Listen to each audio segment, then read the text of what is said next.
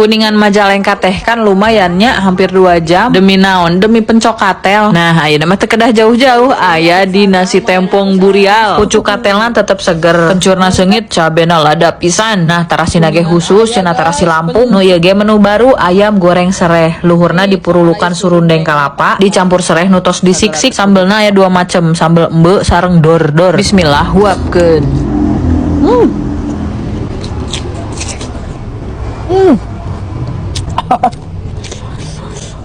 Langsung aja letot. Teteh mantap lada, aduh, Allahu Akbar. Asli ieu pedo dan nikmat pisan euy. Menu sejen aya gurame bakar kecap, ieu dagingna teu bau taneuh nu dina balong geuning. Kecapna ge legit. Mana ieu nu sok naroskeun sop ayam kampung. Nah di dieu ge aya sopna enak, hayamna bersih. Kokojo nu sanes aya ayam selimut dan jukut goreng. Cemilan ge aya nu baru, bakso mozzarella sambel dor-dor. Pas digegel terus dibetot. Alah ieu kejuna ngenyoy. Sambel dor-dorna bagi yang berani pedas aja guys.